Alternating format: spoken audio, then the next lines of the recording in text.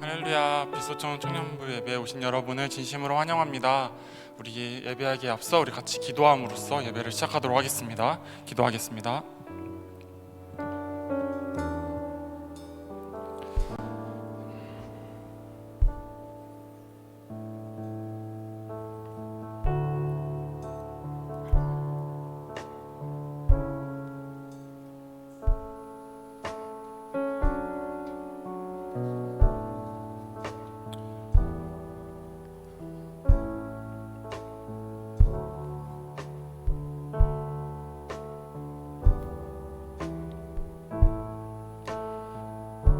할렐루야. 사랑이 많으시고 은혜가 충만하신 주님, 너무나도 감사합니다. 언제나 우리의 삶을 돌보시고 언제나 우리를 지켜보호하심에 너무나도 감사합니다. 하나님, 오늘 이 자리 가운데 나오게 하시면 너무나도 감사합니다. 이 시간을 통하여 하나님을 더욱더 알아가게 하시고 온전히 주님만을 경배하며 나아가는 귀한 시간 될 수 있도록 주님 도와주십시오. 주님, 주님이 주시는 그 말씀과 주님이 주시는 그 은혜들을 통하여 또한 한 주간을 살아갈 수 있도록 주님 도와주십시오. 감사합니다. 귀하신 예수님의 이름으로 기도드렸습니다. 아멘. 할렐루야. 제가 짧게 이번 주 큐티한 말씀 좀 살짝 나누고 같이 찬양하면 좋을 것 같아서 잠깐 나누도록 하겠습니다. 큐티 본문은 이제 모세가 이제 죄를 이제 동족인 그 이집트 사람을 죽이고 동족으로부터 너가 사람을 죽였지 하면서 미디안 광야로 막 떠나는 장면이었습니다. 그때 떠났을 때 모세는 어떤 마음이었을까라는 생각을 많이 했습니다. 그 미디안이라는 곳을 가려고 간 것은 아니고 어쩌다 보니까 정처 없이 떠돌아다니다 보니까 그 광야길을 걸어가다 보니까 미디안에 도착하게 되었고, 그때 우물을 있었던 여인들을 발견하게 되고 또 사람들을 도와주는 모세를 발견하게 됩니다. 참 억울하기도 하고, 모세의 입장에서는 저의 개인적인 생각으로는 욕도 하고 짜증도 나고 불만도 많이 생각할 것 같았었는데, 모세는 또 그 순간들을 통해서 하나님을 깊이 있게 만나는 귀한 시간들이 되었었던 것 같습니다. 그래서 왕족이었던 그 모세가 큰 은혜를 경험하는 게 아니라 그리고 광야를 떠돌았던 그 모세가 미디안에서 그 장인을 만나고 게르솜을 낳고 그런 축복의 은혜들을 경험하게 된 것을 발견하게 되었습니다. 우리가 살아갈 때 참 고통 속에 있고 암담하다고 생각하지만 하나님은 다 이해하시고 우리의 앞날을 준비하고 계획하고 계시는 것 같습니다. 그 크신 하나님을 우리 다 같이 고백하였으면 좋겠습니다.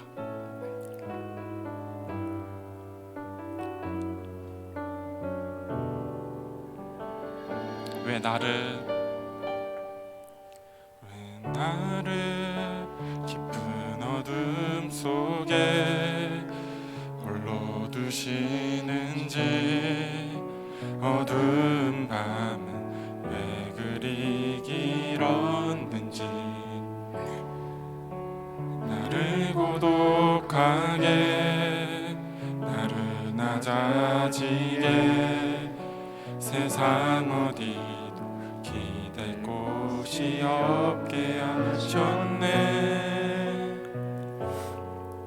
광야에 서 있네. 다시 한 번 더. 왜 나를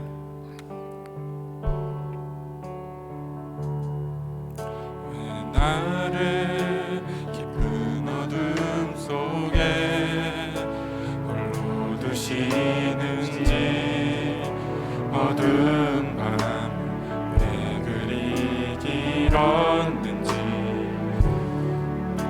나를 고독하게 나를 낮아지게 세상 어디도 기댈 곳이 없게 하셨네.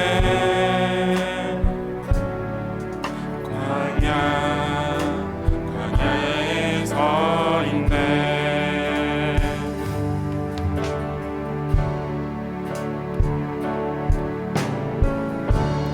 주님만 내 도움이 되시고 주님만 내 빛이 되시는 주님만 내 친구 되시는 광야.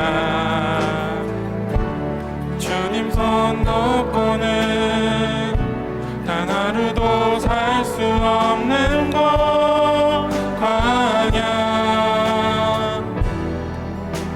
광야에 서 있네. 다시 한번 더 찬양합시다. 왜 나를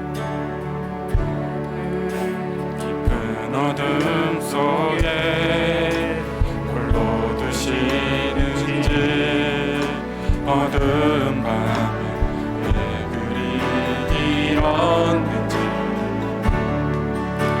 나를 고독하게 나를 낮아지게 세상 어디 기댈 곳이 없게 하셨네.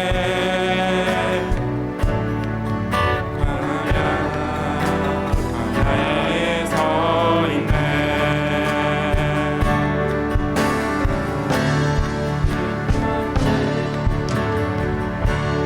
주님만 내 도움이 되시고 주님만 내 빛이 되시는 주님만 내 친구 되시는 광야.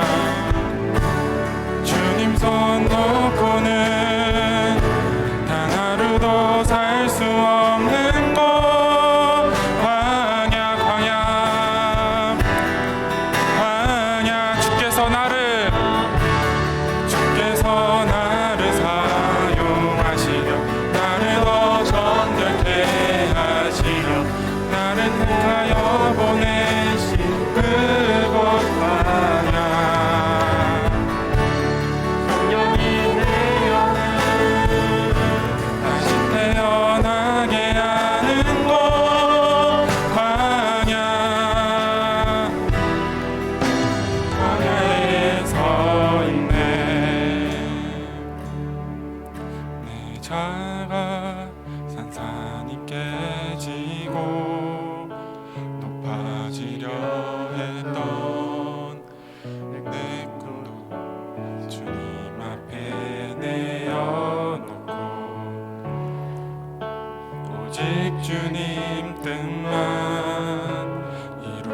이루어지기를 나를 통해 주님만 드러나시기를.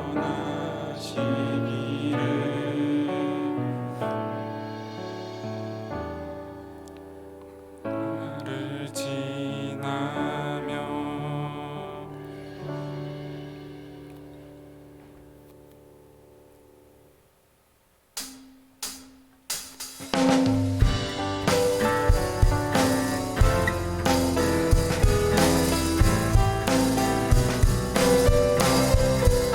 내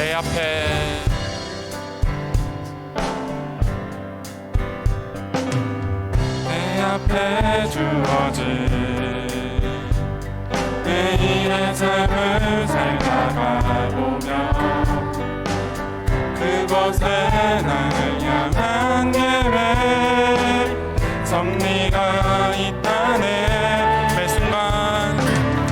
매 순간 나에게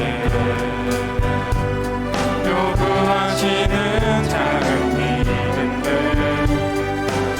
그곳에 나를 향한 계획 섭리가 있다네. 지금 여기 계시며 말씀해 주시는 하나님 내 삶에 역사하시는 진실한 나의 하나님을 다시 한번 찬양합시다.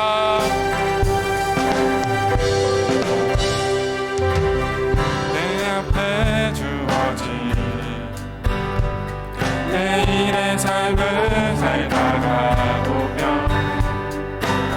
그곳에 나를 향한 계획 섭리가 있다네. 매 순간 나에게 요구하시는 작은 믿음들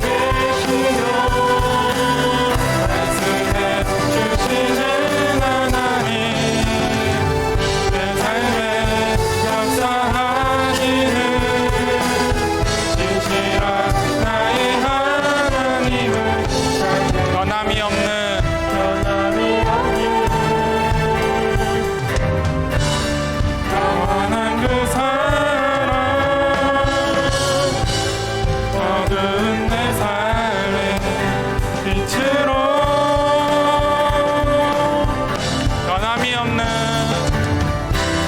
변함이 없는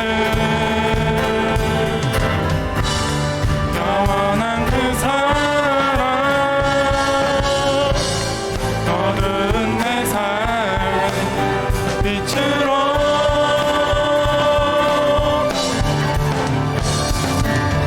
지금 여기 계시며 말씀해 주시는 하나님 내 삶에 역사하시는 진실한 나의 하나님 지금 여기 계시며 지금 여기 계시며 말씀해 주시는 하나님 내 삶에 역사하시는 진실한 나의 하나님을 진실한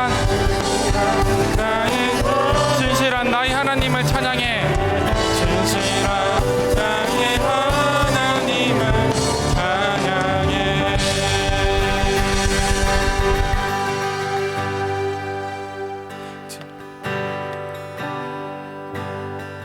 지금 여기 계시며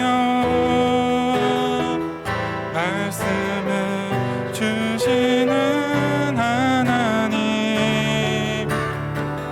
내 삶에 역사하시는 진실한 나의 하나님을 다시 한 번 더 고백합시다. 지금 여기 계시며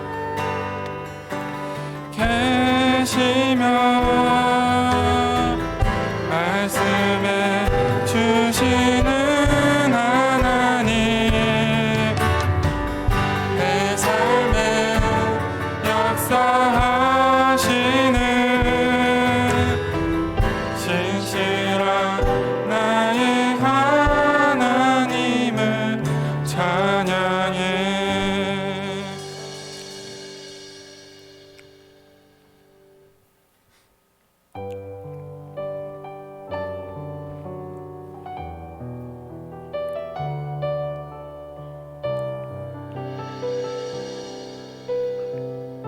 주 나의 모습 보내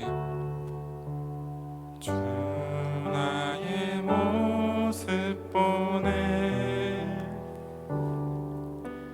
상한 나의 맘 보시네 주 나의 눈물 안에 홀로 울던 맘 아시네 주 사랑 내게 있네 주 사랑 내게 있네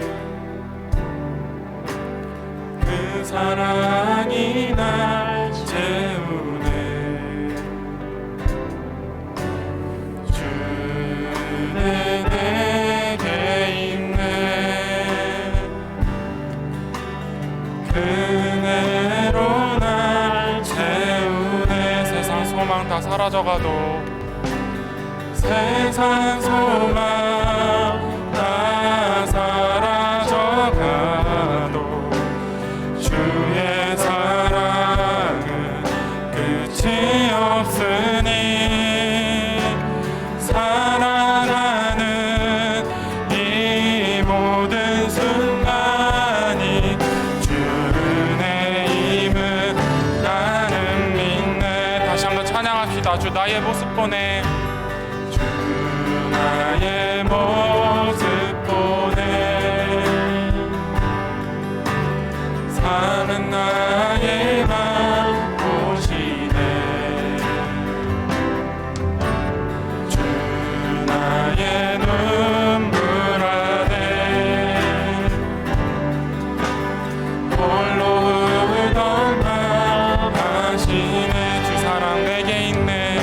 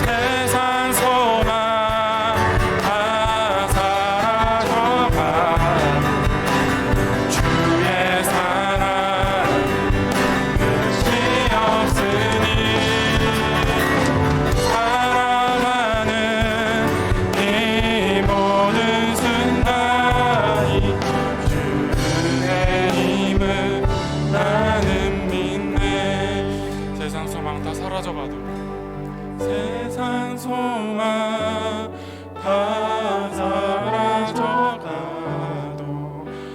주의 사랑은 끝이 없으니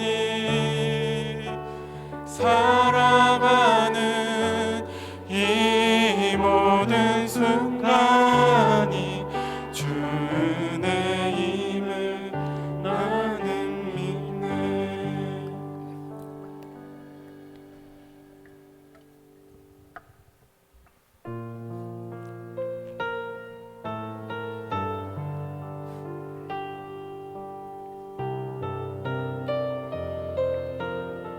아무것도 두려워 말라. 아무것도 두려워 말라. 주 나의 하나님이 지켜주시네.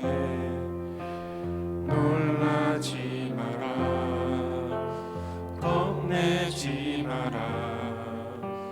주님 나를 지켜주시네. 다시 한번 더 아무것도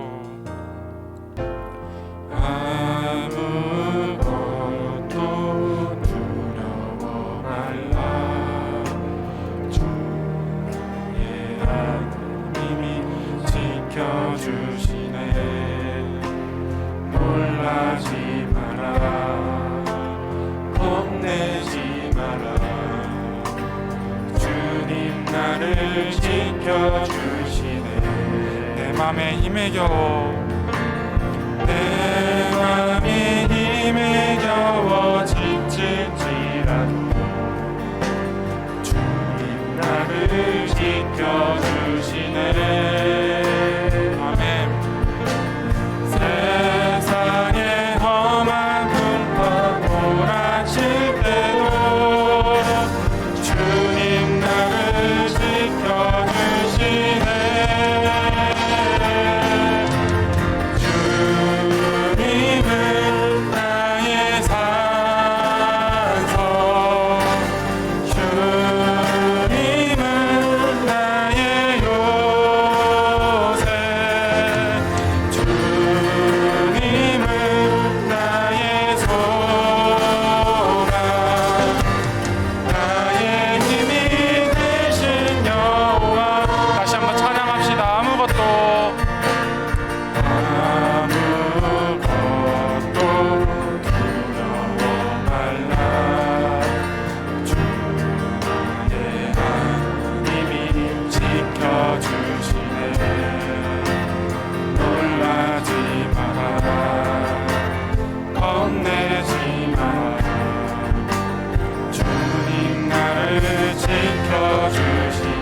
다시 한번 아무것도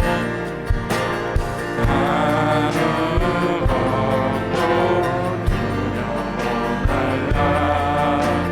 주의 하나님이 지켜주시네. 놀라지 마라.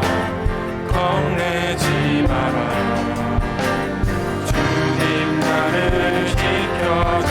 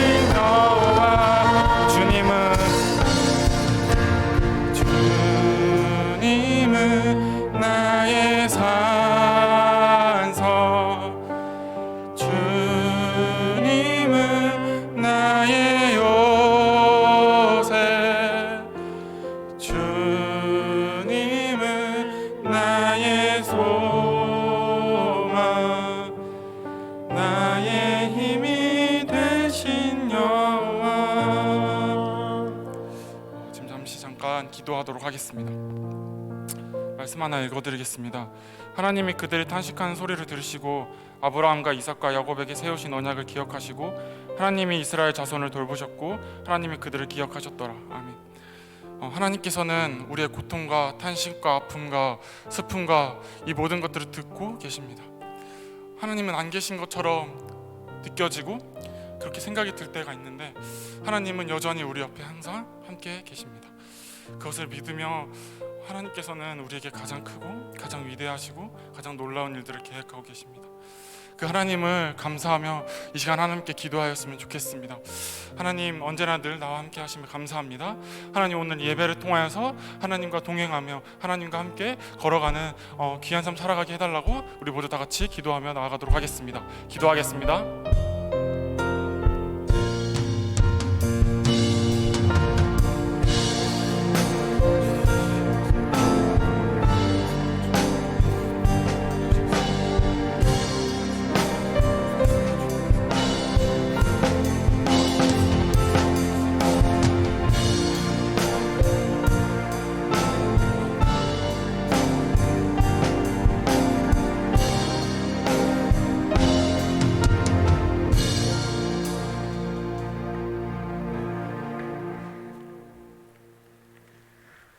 사랑이 많으신 하나님 아버지, 코로나의 상에서도 건강하게 지켜주시어 감사합니다. 귀한 주일을 허락하시고 각자 자리에서 이 시간 예배드림에 감사합니다. 우리가 영과 진리로 드리는 예배가 하나님의 이름에 합당하고 하나님이 기뻐하시는 예배 되기를 소원합니다. 지난 한 주간 바쁜 삶을 핑계로 주님을 찾지 않고 말씀 듣지를 않았습니다. 이렇게 지나온 시간을 회개하며 잘못을 아는 시간이 너무 늦어 아픔이지만 아직 늦지 않았음을 기억하게 하시옵소서. 이제 우리가 주님의 말씀을 듣습니다. 말씀을 전하시는 전도사님을 성령의 기름 부어주시고 하나님의 말씀을 증언하는 조금도 부족함이 없게 하시옵소서. 듣는 우리는 겸손한 마음으로 주시는 말씀을 새겨듣고 삶으로 그 말씀을 이루며 살게 하시옵소서. 사랑하는 주님을 향해 우리의 마음을 모아 이 기도를 올려드립니다. 감사합니다. 예수님의 이름으로 기도드립니다. 아멘.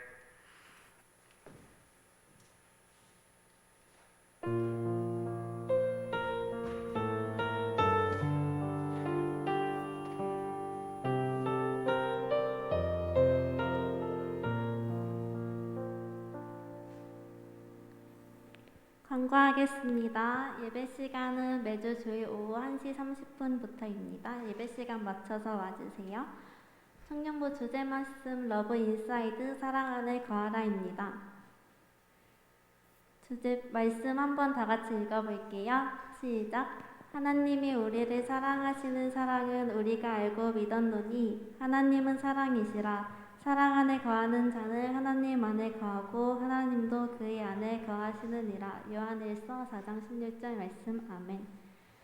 청년부 SNS 안내입니다. 청년부 유튜브랑 인스타, 카카오톡 채널 있으니까 3개 다 알림 설정해주세요. 헌금 안내입니다. 신한은행, 국민은행 2개 이용하실 수 있습니다. 청년부 말씀 양육 매주 화요일 오후 9시에 계속 진행되고 있습니다. 단톡방에 올라오는 링크 통해서 꼭 참여해주세요.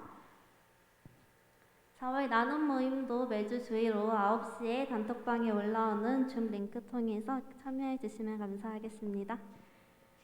찬양팀 모집 계속하고 있습니다. 주보 참고해주셔서 원하시는 분들 김민석 전도사님께 연락 주시고요. 엔지니어도 계속 모집하고 있으니까 주보 참고하셔서 권성은 청년에게 연락하여 주세요. 4월 한 달간 진행되는 실시간 예배 채팅으로 생일이신 분 생일이라고 글 남겨주시면 생일 선물 나갑니다. 네, 축복의 시간 가지겠습니다.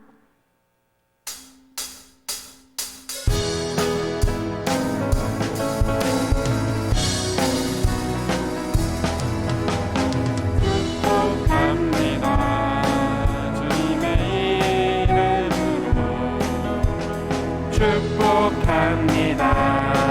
주님의 사랑으로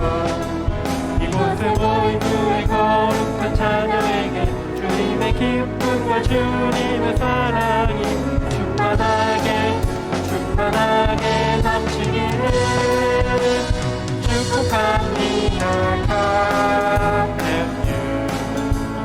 God bless you.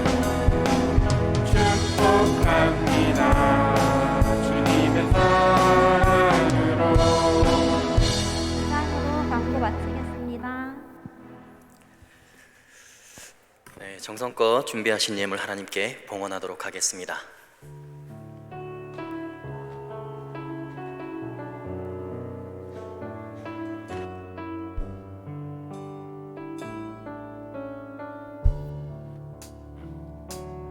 너의 마음 받으소서. 오셔서 주님의 처소 삼으소서. 나의 전부이신 주 안에 맘을 받아주소서. 살아계신 하나님 아버지, 주님께서 허락하신 거룩한 주일, 주님의 보좌 앞으로 나아가는 빛과 소금교회의 모든 청년들의 예배를 받아 주옵소서. 매일의 삶 속에서 주님을 찾고 또 찾으며 갈망하는 마음 가지고 살아가지만 때로는 삶의 현장에서의 고난과 시련 속에서 우리의 인간적인 생각과 판단 때문에 하나님을 놓치고 살아갈 때가 너무나 많습니다. 우리의 연약함 때문이고 우리의 부족함 때문임을 고백합니다. 어떤 상황 속에서도 마음을 지켜낼 수 있는 믿음과 주님을 바라볼 수 있는 영적인 시선을 허락하여 주옵소서. 한 주간 살면서 수많은 죄악의 유혹에 넘어지며 주님 바라보지 못했던 삶의 순간들을 회개하오니 주님의 십자가의 보혈로 용서하시고 깨끗게 하여 주옵소서. 욥의 고백처럼 삶 속에서 주님을 영의 눈으로 바라볼 수 있게 하시며 다윗의 고백처럼 주님을 환난 날에 나의 방패시오 나의 구원이시오 소망이시라는 그 고백이 우리의 고백이 되게 하여 주옵소서. 주신 은혜를 헤아릴 수 없는 너무나 큰 감사함으로 우리의 작은 예물을 구별하여 주님 앞에 올려드립니다. 쓰이는 곳마다 주님의 향기로 가득 차게 하시며 하나님의 나라의 영광을 위하여 사용되어 줄 수 있도록 은혜 내려 주옵소서. 감사하며 살아계신 우리 주 예수 그리스도 이름으로 기도하옵나이다. 아멘.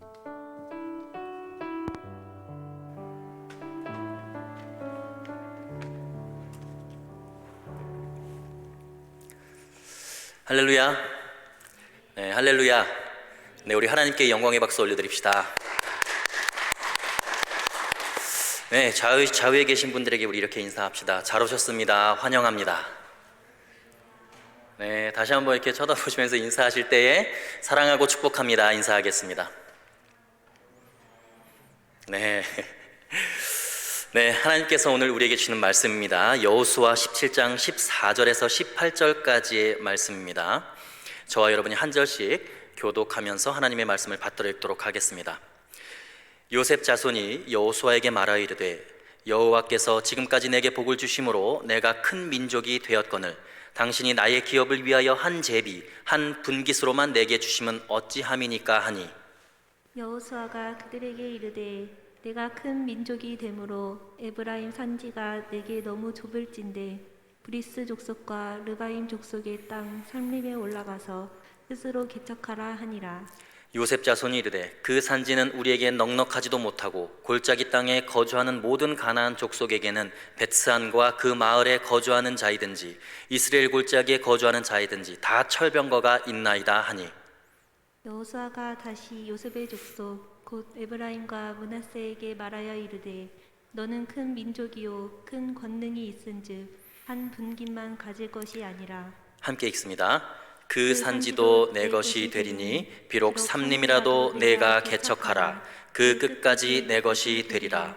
가나안 족속이 비록 철병거를 가졌고 강할지라도 내가 능히 그를 쫓아내리라 하였더라. 아멘. 네, 오늘 말씀의 제목은 내가 개척하라 라는 제목입니다. 지난 주일에는 우리가 잠시 여호수아를 묵상하던 것을 멈추고 마가복음 16장의 말씀을 가지고 부활주일 말씀으로 살펴보았습니다. 우리는 다시 여호수아서로 돌아와서 계속해서 여호수아서를 살펴보도록 하겠습니다. 2주 전에 저희가 여호수아서 8장을 살펴보았습니다. 그리고 9장에는 가나안 족속 중에 기브온 거민들이 이 이스라엘 백성들과 화친을 하는 장면이 나옵니다. 그리고 10장에는 위험에 빠진 그 기브온 사람들을 여호수아가 담대하게 구해내는 장면이 기록되어 있습니다. 그리고 11장에서부터는 가나안 북방을 차지하고, 그리고 12장부터는 가나안의 땅을 이 지파별로 분배하는 장면이 오늘 17장까지 이어지면서 기록되어 있습니다.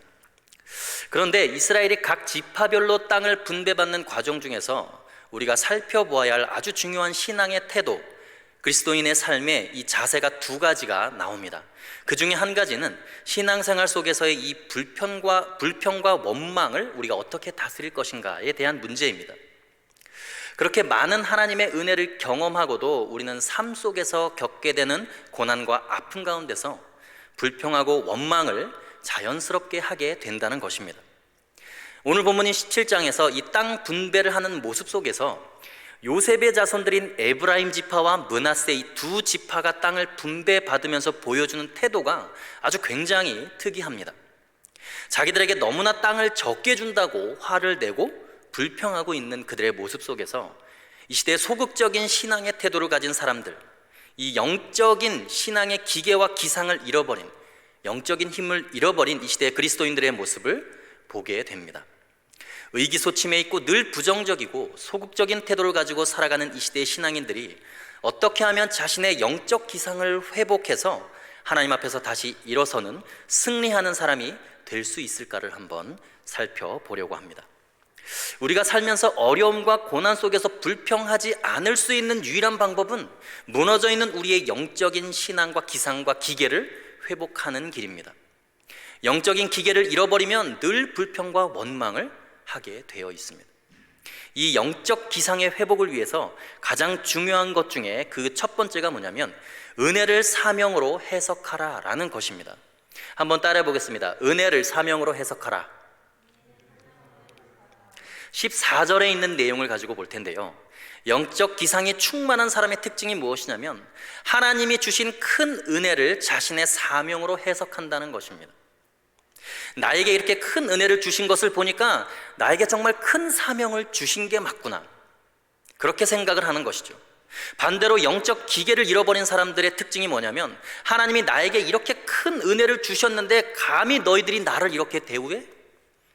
이 정도 대우와 대접은 나한테 해줘야 되는 거 아니야? 라고 불평하고 원망을 한다는 것입니다. 자기 중심적으로 하나님의 은혜를 해석하지 사명으로 해석하지 않는다는 것이 바로 이들의 특징입니다. 오늘 본문의 14절 말씀을 함께 읽어보도록 하겠습니다. 시작. 요셉 자손이 여호수아에게 말하여 이르되 여호와께서 지금까지 내게 복을 주심으로 내가 큰 민족이 되었거늘 당신이 다의 기업을 위하여 한 제비 한 분깃으로만 내게 주심은 어찌함이니까 하니. 자, 여기 보니까 이 요셉 자손은 에브라임 지파와 므낫세 지파, 이 두 지파입니다. 이들은 자기 자신에 대한 인식이 지금 어떻습니까? 자기들을 스스로 어떻게 생각하고 있어요? 여호와께서 지금까지 내게 복을 주심으로 내가 어떻게 됐다는 거예요? 내가 이렇게 큰 민족이 되었거늘 나는 당신들과는 굉장히 다른 사람인데, 이런 이야기인 거예요. 내가 이렇게 하나님 앞에서 큰 은혜를 받고 큰 사람이 되었는데 그거에 걸맞는 대우를 나에게 해줘야지 왜 나를 무시하느냐.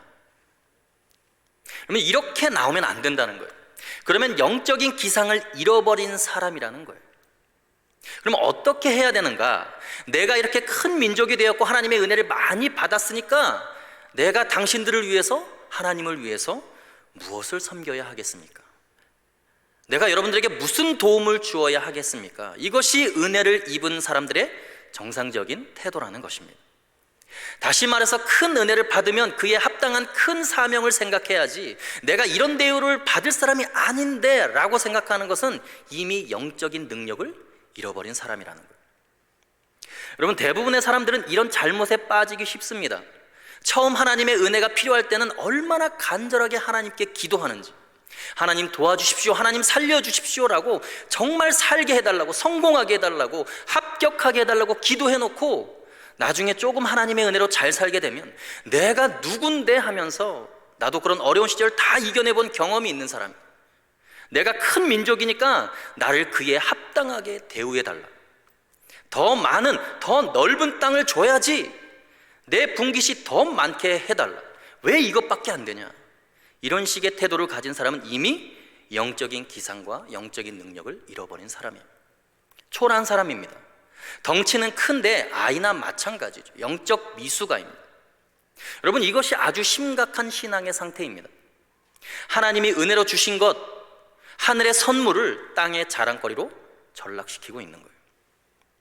하나님이 은혜로 내게 위대함을 허락하셨다면 그 은혜를 보답하기 위해서 하나님의 일에 마땅히 헌신하고 더 겸손하게 섬길 각오를 해야 하는 것입니다. 여러분, 은혜를 많이 받았으면 더 많은 것을 요구할 것이 아니라 더 많이 나누어 주어야 마땅한 것입니다. 주님께서도 그렇게 말씀하셨어요. 내가 많이 준 자에게 내가 많이 받을 것이다. 그렇게 말씀하셨습니다. 사도 바울처럼 은사가 많은 사람들은 늘 더 많이 자기가 헌신하고 섬겨야겠다라는 영적인 부담감을 안고 살았던 사람입니다. 그러므로 여러분, 은혜를 사명으로 인식하는 사람이 위대한 사람입니다. 한번 따라해 보겠습니다. 은혜를 사명으로 인식하자. 여러분, 예수님을 한번 생각해 보세요. 예수님은 얼마나 큰 은혜를 하나님으로부터 받았는가? 요한복음 3장 35절에 나와 있습니다. 우리 함께 읽겠습니다. 시작. 아버지께서 아들을 사랑하사 만물을 다 그의 손에 주셨으니. 자, 하나님께 받은 것이 뭐예요? 만물이에요. 만물을 다 손에 주셨다는 것입니다. 그러니 여러분, 얼마나 큰 은혜입니까 이것이? 만물을 다 손에 쥐고 계신 분이 바로 예수님이라는 거예요. 그러면 이 큰 은혜를 받고 예수님은 어떤 신앙의 태도로 공생애를 살아가셨는가? 어떤 식으로 세상을 대하셨는가? 그것이 요한복음 3장 17절에 나와 있습니다. 우리 자막을 통해서 함께 읽겠습니다. 시작. 하나님이 그 아들을 세상에 보내신 것은 세상을 심판하려 하심이 아니요 그로 말미암아 세상이 구원을 받게 하려 하심이라. 아멘. 하나님이 그 아들을 세상에 보내셔서 그에게 만물을 다 주신 이유는 심판하려는 것이 아니에요. 세상 위에 군림하고 특권 의식을 가지고 다른 사람들을 정죄하고 심판하시기 위함이 아니에요. 뭐 하시려고 그런 거예요 지금? 그로 말미암아 세상이 구원을 받게 하려 함이라. 하나님께서 맡기신 사명을 감당하게 하려고 만물을 그의 손에 주셨다는 것이죠. 그래서 예수님께서 요한복음 10장 15절에서 그 유명한 말씀을 이렇게 하십니다. 요한복음 10장 15절 함께 읽겠습니다. 시작. 아버지께서 나를 아시고 내가 아버지를 아는 것 같으니 나는 양을 위하여 목숨을 버리노라. 아버지가 나를 아시고 내가 얼마나 큰 자인지 아시고 만물을 다 나의 손에 주셨는지를 아느냐? 그러니까 나는 양을 위하여 목숨을 버린다라고 주님이 말씀하셨습니다. 하나님께 큰 은혜를 받으니까 내가 더 크게 섬기겠다는 거예요. 내 양들을 위해서 내 모든 것을, 나의 목숨을 바치겠습니다. 예수님은 자신의 은혜를 사명으로 받아들이고 계신 것이지 특권의식으로 받아들이고 계신 것이 아닙니다. 여러분, 하나님께 큰 은혜를 받았다면 그것으로 인해서 불평거리가 생기는 것이 아니고 사명의식이 고치되고 이제 이 큰 능력을 가지고 이 물질을 가지고 이 은사를 가지고 이 지식을 가지고 이 건강을 가지고 어떻게 하면 내가 하나님을 섬길까? 겸손하게 하나님을 일을 할 수 있을까? 그런 의식을 가져야 한다는 것입니다. 12제자를 한번 생각해 봅시다. 특별한 부르심과 대우를 받아서 예수님 곁에서 3년이나 같이 동고동락했습니다. 원래 그들이 얼마나 별 볼 일 없는 인생들이었습니까?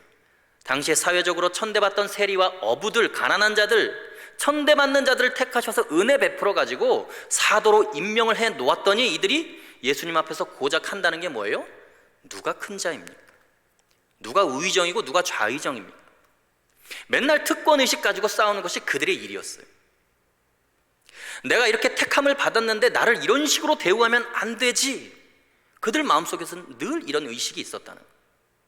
천한 사람들에게 큰 은혜를 베풀어서 귀하게 만들어 놨더니 그 큰 은혜를 받고 한다는 짓이 겨우 자리 싸움을 하고 있는 것이었어요. 그러니까 예수님이 기가 막혀가지고 이렇게 말씀하십니다. 마태복음 20장 25절에서 28절인데 좀 길지만 우리 자막을 통해서 함께 읽겠습니다. 시작. 예수께서 제자들을 불러다가 이르시되 이방인의 집권자들이 그들을 임의로 주관하고 그 고관들이 그들에게 권세를 부리는 줄을 너희가 알거니와 너희 중에는 그렇지 않아야 하나니 너희 중에 누구든지 크고자 하는 자는 너희를 섬기는 자가 되고 너희 중에 누구든지 으뜸이 되고자 하는 자는 너희의 종이 되어야 하리라. 인자가 온 것은 섬김을 받으려 함이 아니라 도리어 섬기려 하고 자기 목숨을 많은 사람의 대속물로 주려 함이니라. 아멘. 인자가 만왕의 왕으로 온 것 또한 섬김을 받으려고 온 것이 아니라, 특권의식을 부리려고 온 것이 아니라 섬기려고 자기의 목숨을 대속물로 주려고 왔다는 것입니다. 이방인의 집권자들은 권세를 부리려고 하고 세도를 부리려고 하지만 너희들은 그렇지 않다. 너희들은 달라야 한다. 그래서 너희 중에 크고자 하는 자는 어떻게 해야 된다고요? 섬기는 자가 되어야 한다. 크고자 하느냐? 그러면 섬기는 자가 되어야 한다. 으뜸이 되기를 원하느냐? 큰 은혜를 받기를 원하느냐? 그렇다면 종의 모습으로 섬겨라. 다시 말해서 큰 은혜 속에서 사명을 감당하라라는 거예요. 특권의식을 내려놓아라. 여러분, 그럴 때 영적 기상이 생기고 영적 기기가 회복되고 영적인 능력이 생기는 것입니다. 그럴 때 그 사람을 통해서 하나님의 역사하심이 일어나는 거예요. 여러분, 오늘 이 시간부터는 우리가 받은 은혜에 대한 해석을 달리 해야 됩니다. 주님, 이제는 주님이 주신 그 크신 은혜 때문에 내 안에 사명의식이 충만해지게 하여 주옵소서. 그렇게 기도하시고 받은 은혜를 사명으로 해석하고 받아들이는 저와 여러분들이 다 되시기를 간절히 소망합니다. 영적인 기상을 회복하고 영적 기계가 충만해지기 위해서는 반드시 우리가 알아야 할 것 두 번째가 있습니다. 그것이 뭐냐면 결핍을 도전의 기회로 받아들이라는 것입니다. 이것이 15절에 나와 있는 내용입니다. 영적 기상이 충만하고 영적 기계가 있는 사람들의 특징은 결핍을 느끼고 부족을 느낄 때 보통 사람들은 자신의 상황과 현실을 탓하지만, 다른 사람을 원망하지만, 영적 기계가 충만한 사람들은 의욕이 더 넘쳐나는 거예요. 자신이 느끼는 그 부족함, 결핍 때문에 오히려 내가 더 크게 개척해야 되겠다, 새로운 것에 다시 도전해야겠다, 새로운 환경을 내가 만들어야겠다, 더 위대한 것을 발명해야겠다, 이런 생각을 하는 사람이 영적 기상이 충만한 사람들의 특징입니다. 그래서 이야기를 듣고 나서 여호수아가 이 에브라임 지파에게 아주 중요한 이야기를 지금 하고 있습니다. 오늘 본문 15절 말씀 함께 읽겠습니다. 시작. 여호수아가 그들에게 이르되 내가 큰 민족이 되므로 에브라임 산지가 내게 너무 좁을진대 브리스 족속과 르바임 족속의 땅 삼림에 올라가서 스스로 개척하라 하니라. 자, 너희가 큰 은혜를 받아서 큰 민족이 되니까 땅이 좁게 느껴지느냐? 그렇다면 진짜 잘 됐다. 너희가 가진 그 큰 능력으로, 은혜로 개척해라. 자, 좁다, 부족하다, 결핍의 상황, 모자라는 상황, 마음에 들지 않는 상황이 어렵게 느껴지느냐? 그러면 너에게 큰 능력이 있으니까 너가 개척하면 되잖아. 더 위대하게 만들면 되잖아. 내가 더 멋진 곳으로 변화시키면 되잖아. 더 넓히면 되잖아. 이런 거예요. 여러분이 만약에 결핍을 느끼면 거기에서부터 여러분들의 도전 정신이 나와야 돼요. 부족한 것을 발견하게 되면 뭔가 새로운 것을 만들고 새로운 길을 개척해 나가야겠다는 생각이 들어야 한다는 것입니다. 여러분, 공부 잘하는 학생과 공부 못하는 학생을 여러분들 어떻게 구분하십니까? 시험 문제를 풀 때 그 얼굴빛을 보면 알 수 있어요. 공부 못하는 학생들은요, 자기가 아는 문제가 나오면 얼굴빛이 밝고 환합니다. 그러니까 평생 아는 문제만 푸니까 실력이 안 느는 거예요. 그런데 공부를 잘하는 학생의 특징을 보면 못 푸는 문제가 나오면 눈이 반짝반짝 빛나는 거예요. 막 도전 정신이 생기고 열심히 공부하고 거기에서 희열을 느끼고 재미를 느끼는 거예요. 자기가 못 푸는 문제, 자신의 한계를 느끼는 순간 그 의욕이 더 넘쳐나는 거예요. 신앙생활도 마찬가지입니다. 여러분, 맨날 편하고 안락하고 다 갖추어진 상황 속에 갇혀 있거나 그런 안락함을 추구하는 것은 여러분 신앙생활이 아니에요. 여러분에게 가장 편하고 익숙한 것이 어쩌면 여러분들에게 있어서 재앙이 될 수도 있습니다. 해결하기 힘든 문제를 만날 때 신앙의 본질이 나타나고 하나님의 능력이 나타나고 자신의 삶이 은혜를 경험하는 순간이 되는 거예요. 그것이 육신의 질병이든 사업의 어려움이든 인간관계의 어려움이든 다 마찬가지예요. 의욕이 넘쳐나야 돼요. 그래서 에브라임 산지가 좁을진데 그러면 잘 됐다. 내가 한번 실력 발휘해봐라. 스스로 개척하라. 그런 것이죠. 여러분, 우리 인생의 의미라는 것도 마찬가지죠. 뭔가 안 되고 문제가 있고 어려운 가정 환경이 있고 공부하는 것이 힘들고 사업이 어려움에 처할 때요, 거기에서 실력 발휘하는 거예요. 거기에서 기도의 응답을 받는 것입니다. 거기에서 하나님의 살아계심을 경험하는 거예요. 그러니까 결핍을 느끼면 눈이 반짝반짝 빛나야 되는 거죠. 결핍을 오히려 개척의 기회로 삼아야 되는 거예요. 도전 정신이 오히려 거기에서부터 불타올라야 하는 것입니다. 여러분, 잘 보는 드라마들을 한번 생각해 보세요. 어떤 사람이 아무런 문제 없이 부잣집에서 태어나서 잘 먹고 잘 살다가 죽었더라. 여러분, 그런 스토리의 드라마를 누가 보겠어요?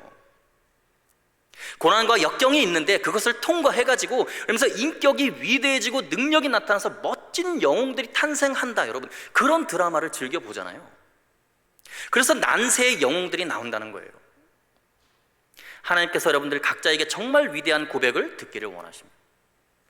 정말 힘들고 어려운데 그런 가전 환경에서, 그런 가난함 속에서 기뻐하고 감사하면서 자신의 인격의 한계를 넓혀가고 인내의 한계도 넓히면서 정말 용광로처럼 자신의 고난의 순간들을 녹이면서 끝까지 새롭게 하나님께 영광을 돌리기를 하나님은 기대하고 계신 거예요.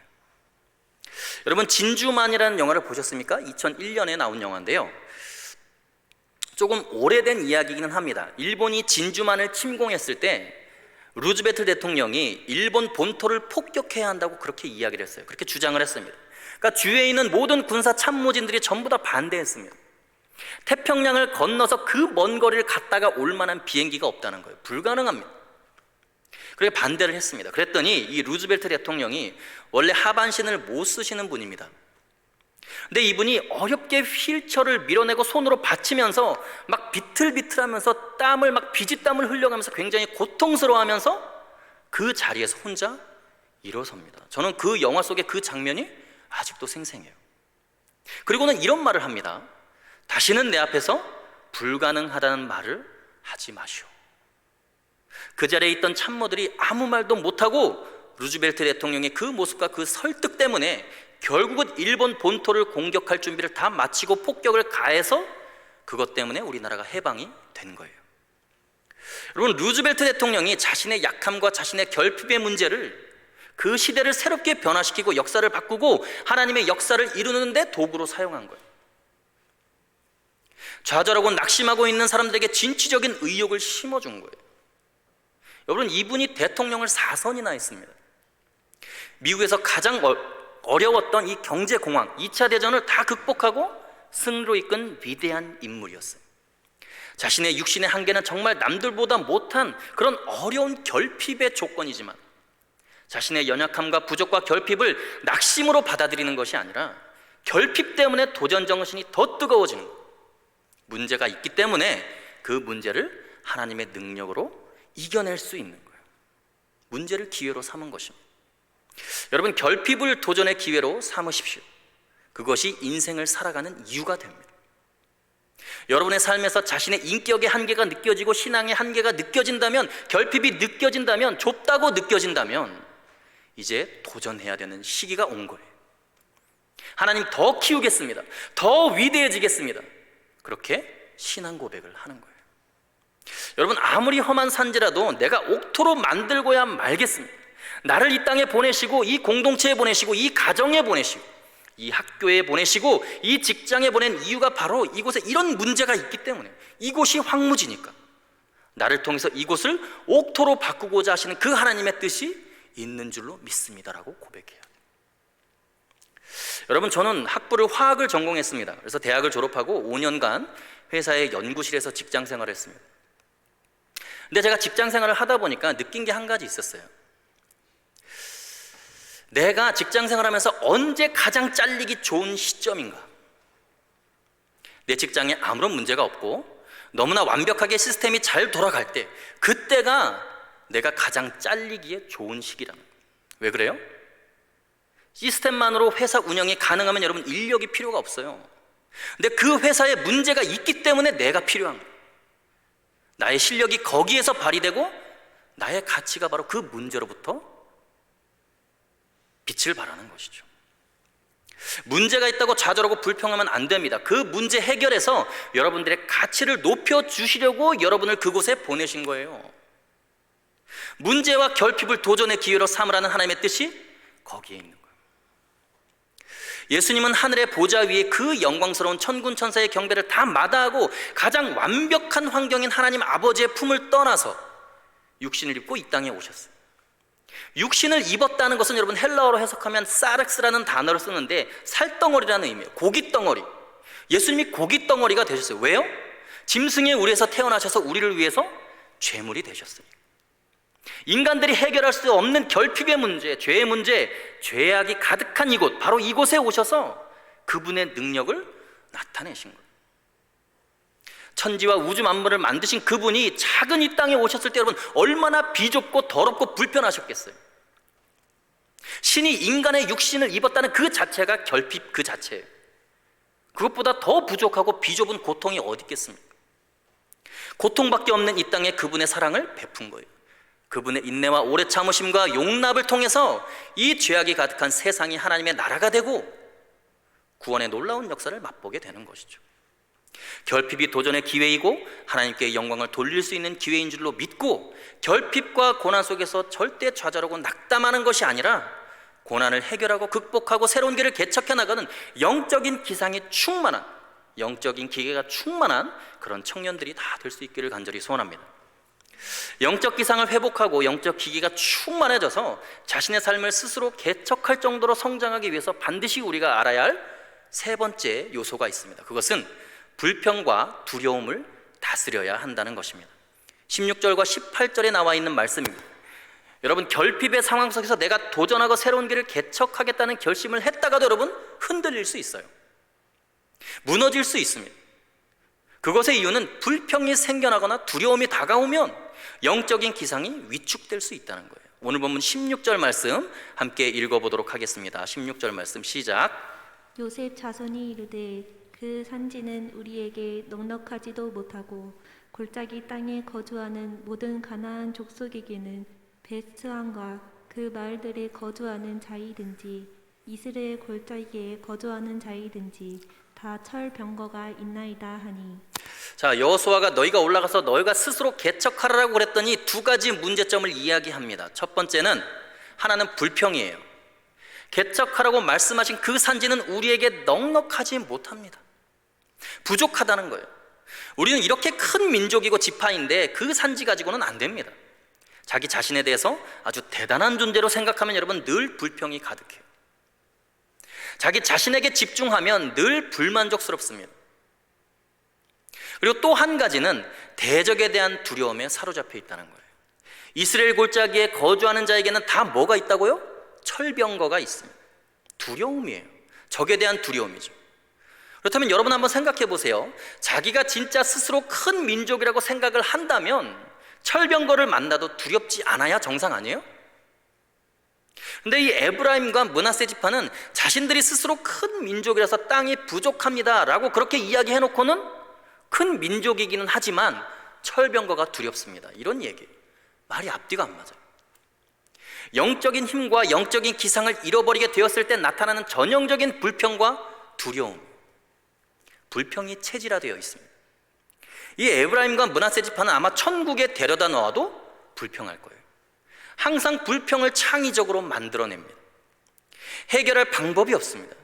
여러분 이런 사람들은 아무리 잘해줘도 불평이에요.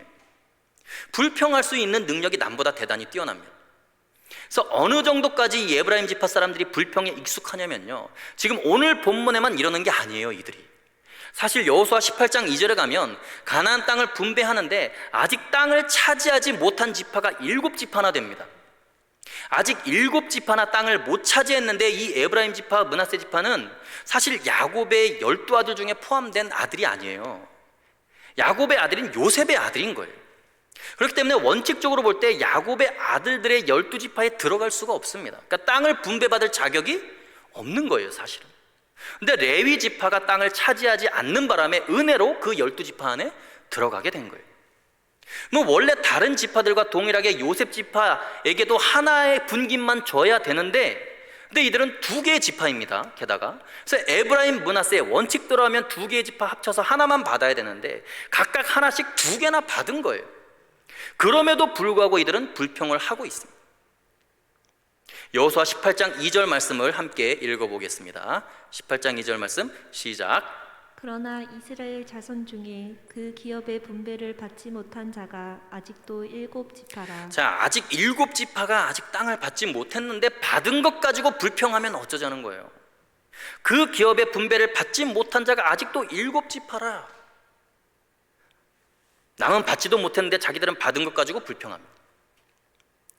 근데 이 사람들이 얼마나 불평이 체질화되어 있는가, 무서운 사실은요, 여러분, 성경이 이것을 역사의 사건들 속에서 그대로 다 보여주고 있습니다. 여호수아 시대를 지나서 나중에 사사기가 기록된 이 사사 시대로 가게 되면 거기에 기드온이라고 하는 사사가 나옵니다. 용사인데 기드온이 미디안이라는 나라가 쳐들어왔습니다. 그래서 너무나 어려운 시절을 보내고 있는데 이스라엘의 모든 12지파는 모여라, 우리가 이 민족을 구원해야 되겠다. 그래서 전쟁에 함께 나가고자 했더니 이 에브라임 지파는 워낙 큰 족속들이니까 들은 척도 안 합니다. 자기네하고는 상관없는 일이라고 무시해버리는 거예요. 근데 기드온이 어렵게 쳐들어가서 미디안을 격파하고 돌아옵니다. 대승을 거두고 돌아오니까 에브라임 지파가 무리를 거느리고 갑자기 나타나서 기드온에게 시비를 겁니다. 왜 전쟁의 승리의 영광을 너 혼자 다 누리느냐, 왜 우리를 전쟁에 데려가지 않았냐고 그러면서 시비를 거는 거예요. 순간 기드온이 분명히 전쟁에 오라고 초청하지 않았느냐, 왜 오지도 않고 딴소리를 하냐고 이렇게 말을 하지 않고 그들의 성격을 아니까 겸손하게 그냥 그런 인간이려니 하고 납작 엎드려서 절을 하면서 무슨 말씀입니까? 에브라임 지파 당신들이 한 일은 너무나 크기 때문에 당신들의 행한 일의 끝물만도 우리는 못한 사람들입니다. 우리는 아무것도 아닙니다 하면서 겸손하게 절을 하면서 그들을 높여줍니다. 당신들의 한 일은 훨씬 더 위대한 일입니다 그랬더니 이제서야 우리를 알아보는구만 하고 돌아서 그냥 갑니다. 근데 이 불평하는 버릇이 계속되는 거예요. 나중에 사사기 12장에 가면 입다라고 하는 기생의 아들이 이스라엘 사람들한테 멸시를 당하고 쫓겨나 있다가 암몬 족속이 이스라엘을 쳐들어오니까 그때 가서의 입다를 다시 불러서 우리의 사사가 되어 주십시오 라고 모셔옵니다. 그래서 사사가 되어서 암몬과 싸워서 승리를 거둡니다. 근데 그때도 기드온이 그랬던 것처럼 이스라엘 전체 12지파 다 모여라, 전쟁에 우리가 함께 참여해야 된다고 모집을 했는데 이 에브라임 지파만 안 온 거예요. 가장 크고 수가 많은 족속이 안 오니까 힘겹게 싸워서 승리를 거두고 돌아옵니다. 근데 에브라임 지파가 또 무리를 거느리고 나타났어요. 그래서 입다에게 왜 우리를 전쟁에 데려가지도 않냐고, 너 혼자 승리의 영광 다 차지하냐고 시비를 거니까 이번에는 임자를 제대로 만났어요. 입다의 기본적인 성격과 기질이 기드온과는 완전히 다릅니다. 그래서 불렀는데 본인들이 오지도 않아놓고는 지금 무슨 소리 하는 거냐고, 내가 지금 다른 전쟁 때문에 가야 되는데 만약에 그 전쟁에서 내가 승리하고 돌아오면 그 돌아오는 길에 너희들 다 죽여버리겠다. 입다가 승리하고 돌아오면서 에브라임 지파 4만 2천 명을 죽여버립니다. 여러분, 불평이 체질화되면 어느 날인가 임자 만납니다. 좋은 사람들 만날 때는 여러분들의 불평 다 들어주고 높여주는 것 같고 동조해 주는 것 같지만 어느 날인가는 하나님이 임자 만나게 하시는 거예요. 불평 잘못했다가 4만 2천 명이 죽임을 당했어요. 그러니까 여러분, 함부로 불평하고 함부로 말하면 안 되는 거예요. 영적 기계를 잃어버린 사람은 늘 불평과 원망이 습관화되어 있어요. 불평을 한다는 것은 본인이 크고 강하다는 이야기인데 적 앞에, 철병거 앞에서는 또 두려워합니다. 무서워서 벌벌 떨면서. 여러분, 이것이 한국교회의 영적 기계를 잃어버린 사람들의 큰 문제예요. 교회에서 믿음의 지체들이 선하게 대해주고 착하게 대해주고 높여주니까 만만하게 보면서 마음대로 불평하고 비난합니다. 근데 사회에 나가서는 철병거 든 사람들 앞에서는 아무 말도 못해요. 에브라임 지파의 모습입니다. 여러분, 이렇게 되면 자기도 무너지고 교회도 무너지고 공동체도 무너집니다. 영적 기상을 회복하기 위해서는 여러분, 불평을 다스릴 수 있는 사람이 되어야 돼요. 여러분, 하나님은요, 우리에게 완벽한 세상을 준 것이 아닙니다. 충분히 불평과 불만을 가질 수 있을 만큼의 척박한 환경을 주셨어요. 우리가 가끔씩 차를 몰고 가다 보면 여러분, 아파트 단지들이 막 조성되는 것을 보면 너무나 놀랍습니다.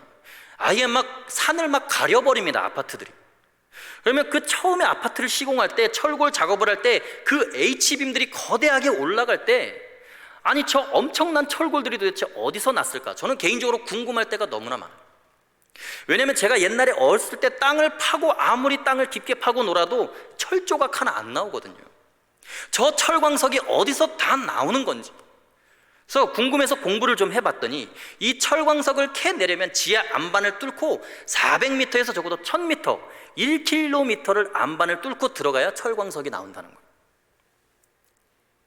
그러면 거기에 여러분 H빔들이 딱 박혀 있는 거예요? 그렇지 않죠. 거기에는 하나님이 바늘 하나 안 만들어 놓으셨어요. 그러면 여러분 불평할 수 있잖아요. 하나님 바늘도 만들어야 되고 집도 지어야 되고 자동차도 만들어야 되는데 철을 좀 잘 재련해 놓으시지. 이것이 막 돌하고 섞여 있으면 어떻게 이것을 구분합니까? 하고 불평하고 원망할 수 있는데 여러분 인간들은요 지독할 정도로 그 안반을 뚫고 들어가서 불평 한마디 안 하고 그거 막 캐내와가지고 쪼개고 용광로에 녹이고 재련하면서 별의별 용출이니 사출이니 해가지고 그것을 다 만들어낸다니까요. 생각해 보십시오. 그 철광석에서 자동차가 나오고 집 짓는 철골이 나오고. 하나님은 우리에게 능력을 주셨어요. 큰 민족이 되게 하셨으면 지금 척박한 산이라도 황무지라도 옥토가 되게 할 수 있는 능력을 우리에게 주셨다니까요. 불평할 시간에 더 연구하고 더 노력하고 도전하면 되는 거예요. 여러분 넉넉하지 못한 상황, 불편한 상황을 불평으로 일관하면 아무런 변화도 없습니다. 아무 능력도 발휘되지 못해요. 여호수아는 지금 이렇게 용기를 주고 있습니다. 17절 18절 말씀 함께 읽어보겠습니다. 시작. 여호수아가 다시 요셉의 족속 곧 에브라임과 므낫세에게 말하여 이르되 너는 큰 민족이요 큰 권능이 있은즉 한 분깃만 가질 것이 아니라 그 산지도 내 것이 되리니 비록 삼림이라도 내가 개척하라 그 끝까지 내 것이 되리라. 가나안 족속이 비록 철병거를 가졌고 강할지라도 내가 긍이 쫓아내리라 하였더라. 아멘. 여러분 이 여호수아가 이야기하는 내용을 보면 불평과 두려움을 다스리는 여호수아의 탁월한 리더십이 나오고 있어요. 참 놀라운 것은 그들이 불평하는 말은 이렇습니다. 너무나 적습니다. 우리가 너무나 큰 민족인데 겨우 이 정도 주시면 안 되지 않습니까? 그랬더니 오히려 그래 맞다. 너희들 말이 맞다. 너희가 그렇게 큰데 이 정도 차지하면서 만족하면 안 되지. 그래 생각 잘했어. 그러니까 너희가 가서 차지해버려. 너희가 가서 개척해라. 더 위대하게 만들어버려라. 불평을 비전으로 바꿔주고 있어요. 여러분 이것이 리더십입니다.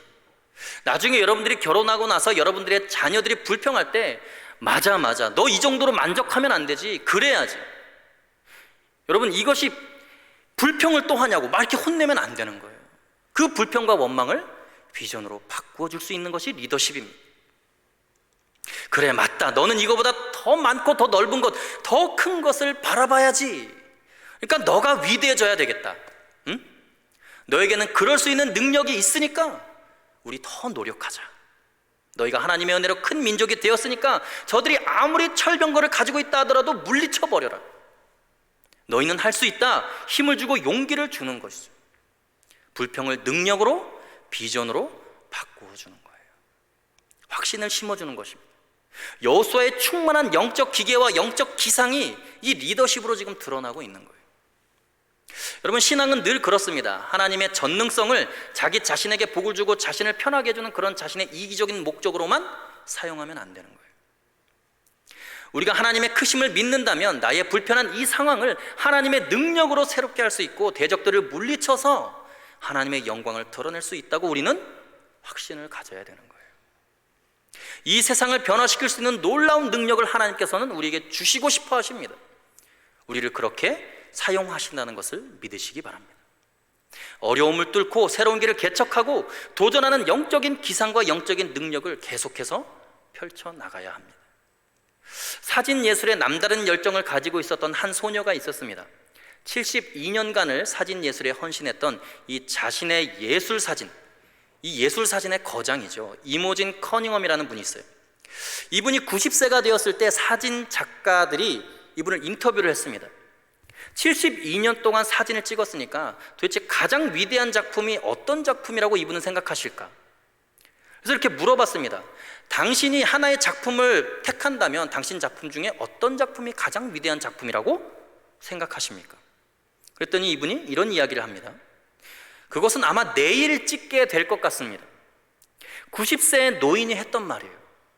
가장 의미 있는 자신의 작품을 과거에서 찾지 않았습니다. 자신의 업적에서 찾지 않았어요.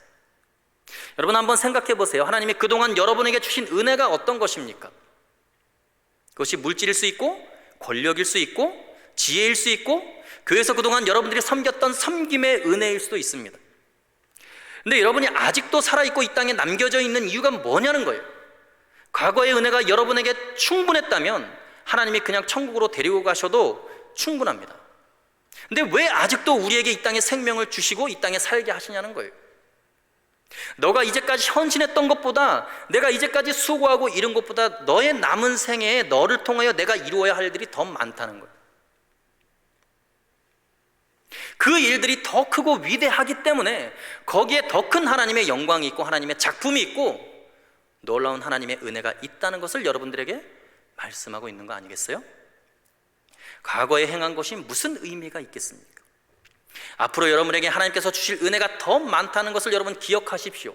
다시 도전하십시오. 아무리 좁아도, 아무리 척박하고 각박해도, 아무리 곤란해도, 아무리 문제가 커도 영적인 기상을 다시 회복하고 불평과 두려움을 제어하십시오.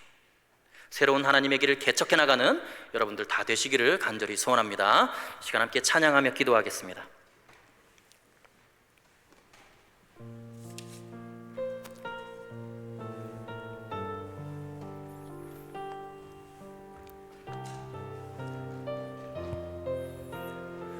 아무것도 두려워하지 말라. 아무것도 두려워 말라. 주 너의 하나님이 지켜주시네. 놀라지 마라. 겁내지 마라. 주님 나를 지켜. 다시 한번 고백합시다. 아무것도 두려워하지 말라. 아무것도 두려워 말라. 주 너의 하나님이 지켜주시네. 놀라지 마라. 겁내지 마라. 주님 나를 지켜주시네. 내 맘이 힘에 겨워 지칠지라도 주님 나를 지켜주시네. 세상의 험한 풍파, 세상의 험한 풍파 몰아칠 때도 주님 나를 지켜주시네.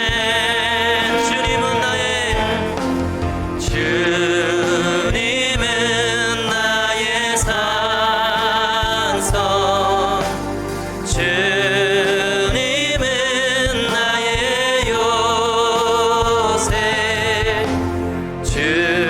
주님은 나의 소망, 나의 힘이 되시며. 다시 한번 고백합시다. 아무것도 두려워 말라. 아무것도 두려워 말라. 주 나의 하나님이, 주 나의 하나님이 지켜주시네. 놀라지 마라. 겁내지 마라.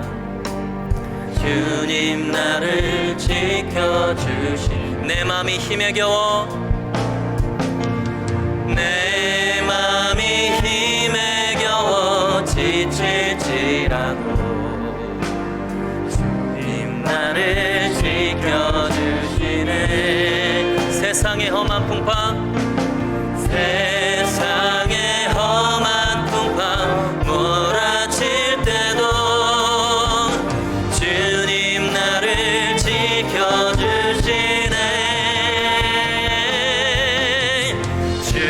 주님은 나의 산성, 주님은 나의 요. 아멘.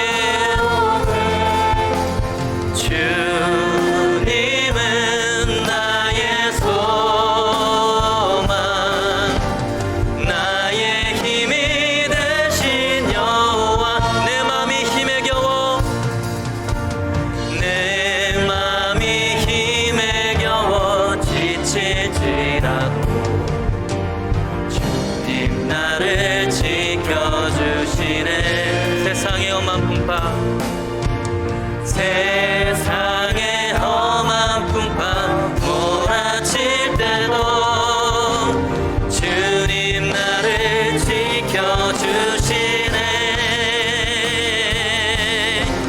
주님은 나의 산성, 주님은 나의 요새, 주님은 나의 소망, 나의 힘이 되신 여호와. 이 시간 함께 기도하기 원합니다. 살아계신 하나님 아버지, 주님은 나의 소망이시오, 나의 산성이시오, 나의 방패되심을 이 시간 고백하며 나갑니다. 하나님, 아무리 힘든 세상의 풍파가 나에게 몰아닥칠지라도 주님만을 바라보며 나의 반석이신 그분 앞에 나의 모든 것을 올려드리기를 원합니다. 하나님, 우리가 그동안 불평하며 원망했던 모든 죄악들을 주님 회개하오니 하나님 용서하여 주옵소서. 이 시간 우리의 마음이 다시 한번 새롭게 변화되어지기를 원합니다. 예수 그리스도의 능력으로 말미암아 다시 한번 우리의 영적 기상과 기계가 회복되어질 수 있도록 하나님 능력에 능력을 더하여 주옵소서. 하나님, 나에게 은혜를 베풀어 주옵소서라고 이 시간 자기 자신을 주님 손에 올려드리며 함께 합심하며 통성으로 기도하며 나갑니다. 살아계신 아버지 하나님, 역사하여 주옵소서. 하나님, 때로는 삶의 무게 아버지 하나님 못 견디고 쓰러지며 좌절하며 절망할 때가 너무나 많습니다. 그러나 하나님, 나를 끝까지 붙들어 주시는 그 주님의 손을 붙잡고 일어서는 이 시대를 변화시키는 능력 있는 그리스도인들 다 될 수 있도록 아버지 역사하여 주옵소서. 하나님 아버지 하나님, 우리의 처한 환경이 비좁고 부족하고 넉넉하지 못하고 아버지 결핍을 느낄 때에 하나님, 그것으로부터 나의 도전 정신이 하나님 아버지 다시 한번 일어나게 하여 주옵소서. 예수 그리스도의 능력으로 말미암아 다시 한번 능력으로 일어나게 하시며 주님만을 바라보는 위대한 믿음의 청년들 될 수 있도록 하나님 역사하여 주옵소서. 하나님, 나의 삶 가운데 역사하여 주옵소서. 하나님, 우리는 너무나 연약하고 부족한 존재임을 고백하며 나갑니다. 하나님, 그 부족함 가운데 주의 은혜를 부어주시옵소서. 주의 능력을 부어주시옵소서. 하나님, 주의 보혈로 다시 한번 우리를 새롭게 하여 주옵소서.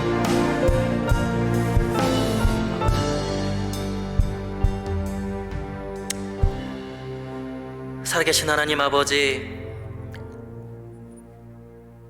때로는 너무나 무겁게 느껴지는 그 삶의 무게들 때문에 우리가 좌절하고 무너지고 하나님 절망할 때가 너무나 많습니다. 하나님, 우리는 너무나 연약한 존재이기에 주님의 능력이 없이는 한순간도 살아갈 수 없는 존재임을 고백합니다. 하나님, 우리의 삶 가운데 역사하여 주옵소서. 하나님, 우리가 부족함을 느끼고 결핍을 느끼고 넉넉하지 못하고 불편함을 느낄 때에 하나님, 그곳에서부터 하나님이 주시는 놀라운 비전으로 변화될 수 있도록 아버지 우리의 마음을 붙들어 주옵소서.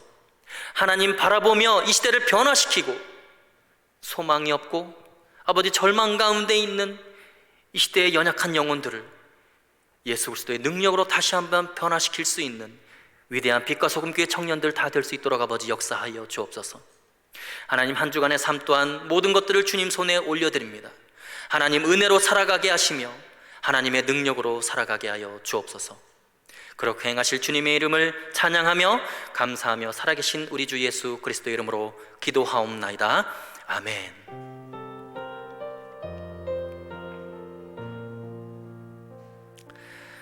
할렐루야. 우리 하나님께 영광의 박수 올려드립시다. 네, 주기도문으로 모든 예배를 마치겠습니다. 하늘에 계신 우리 아버지, 아버지의 이름을 거룩하게 하시며 아버지의 나라가 오게 하시며 아버지의 뜻이 하늘에서와 같이 땅에서도 이루어지게 하소서. 오늘 우리에게 일용할 양식을 주시고 우리가 우리에게 잘못한 사람을 용서하여 준 것 같이 우리 죄를 용서하여 주시고 우리를 시험에 빠지지 않게 하시고 악에서 구하소서. 나라와 권능과 영광이 영원히 아버지의 것입니다. 아멘.